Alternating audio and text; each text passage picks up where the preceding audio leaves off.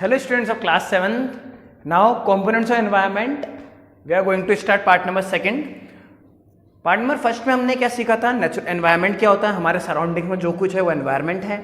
Natural environment जो natural occurring है, जैसे मान लीजिए वाटर, गैसेस, सन, स्टार्स, ये जो भी चीज़ें नेचुरली हमारे पास हैं, जो नेचर ने हमें दी वो नेचुरल एनवायरनमेंट था. मेन मेड जो हमने बनाया है, जैसे टेबल, चेयर, मोबाइल, जितनी भी चीज़ें हम आसपास है हमारे, आप कॉपी में लिख रहे हैं वो, सामने बुक है वो, है ना, पेन, ये सब चीज़ें क्या है, मेन मेड है. फिर हमने पढ़ा था बायोटिक, अबायोटिक, 2 टर्म्स पढ़े थे और मैंने इसको आपको याद भी करवाया था. कैसे कि बायोटिक क्या है, बायो मतलब लिविंग, है ना. जो लिविंग है वो बायोटिक एनवायरनमेंट है, जैसे प्लांट्स एंड एनिमल्स, है ना. हम बायोटिक एनवायरनमेंट के हिस्से हैं.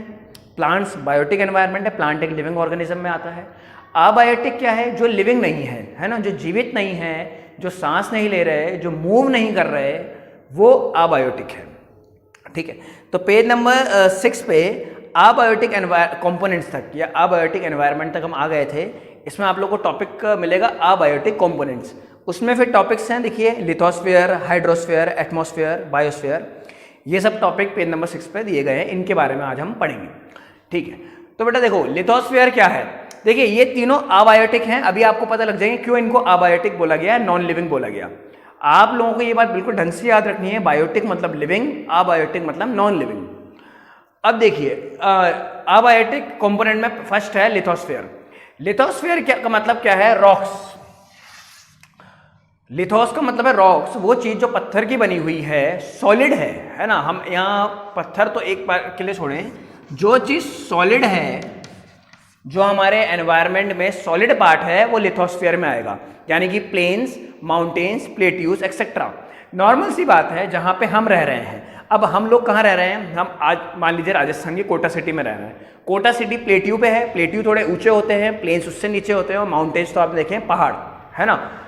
आप यहाँ पे ध्यान रखिए, प्लेन्स मतलब जैसा कि नाम में है प्लेन होते हैं, प्लेट्यू थोड़े से ऐसे उठे हुए होते हैं, और माउंटेन्स तो ऐसे होते ही हैं.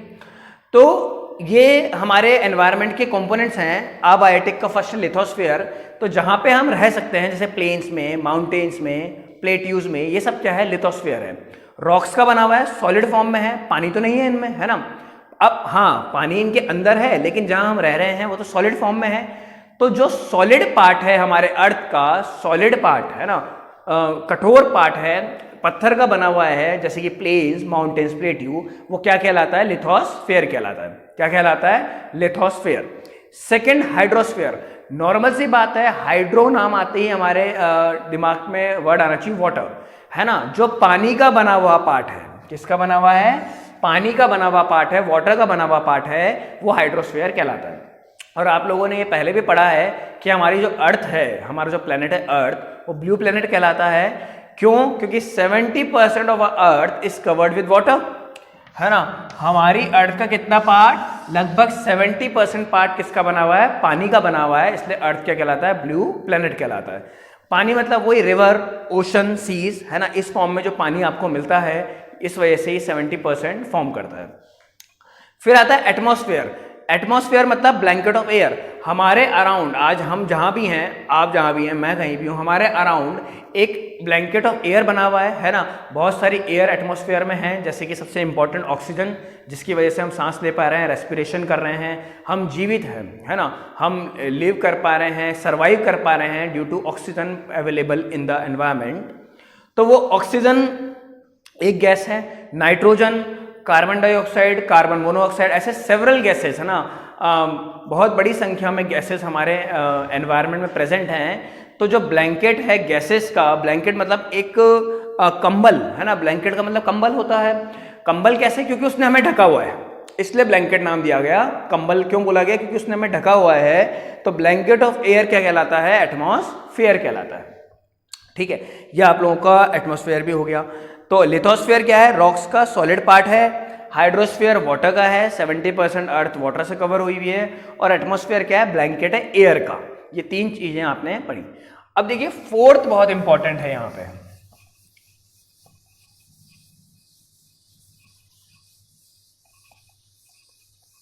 फोर्थ टर्म आएगा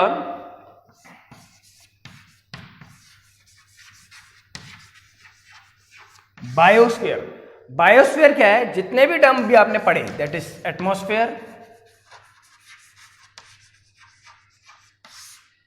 लिथोस्फेयर,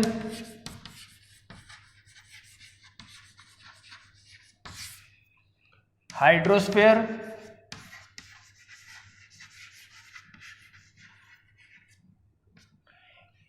इनमें जितनी भी चीजें प्रेजेंट हैं, हाइड्रोस्फीयर पानी है, पानी में आप देखेंगे तो एक्वेटिक ऑर्गेनिज्म है, फिशेस हैं, वेल्स हैं, ये सब। लिथोस्फीयर पत्थर का बना हुआ है, रॉक्स है तो वैलीज हैं, माउंटेन्स हैं, प्लेन्स है, प्लेट्यूज हैं, हम रहते हैं उसमें, बहुत सारे पेड़ पौधे उग रहे हैं, जानवर हैं, वो सब। एटमॉस्फेयर गैसेज हैं। ये तीनों चीजें जब साथ में ली जाती हैं एक प्लेनेट में, तीनों चीजें जब साथ में इंटरेक्ट करती हैं, मिलती हैं, तो वो बायोस्फीयर बनाता है। क्या बनाता है? बायोस्फीयर बनाती हैं। और बायोस्फीयर का मतलब है लिविंग वर्ल्ड।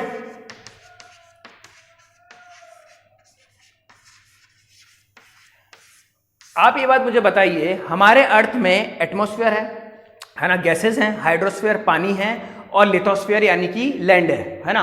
लिथोस्फीयर को आप लैंड से डिनोट कर सकते हैं, रॉक्स का बना हुआ एक सॉलिड पार्ट है जिसमें हम रह सकते हैं, तो वो लिथोस्फीयर है। ये तीनों चीजें प्रेजेंट हैं, तभी तो हम यहाँ पे सर्वाइव कर पा रहे हैं, जीवित रह पा रहे हैं।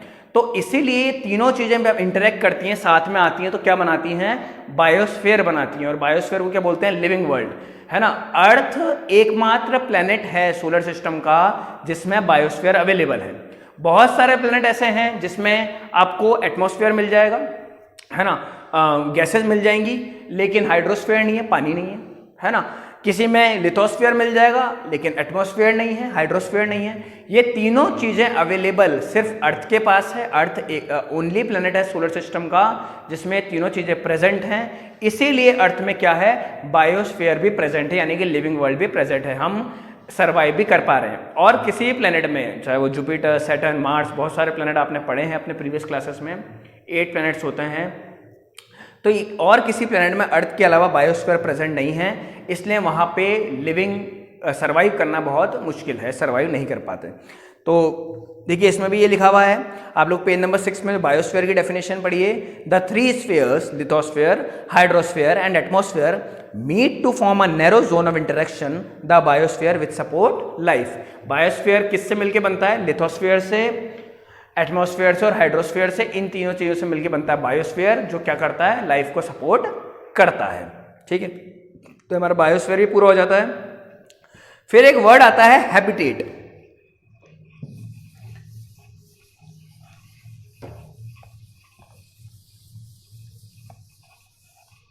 एक वर्ड है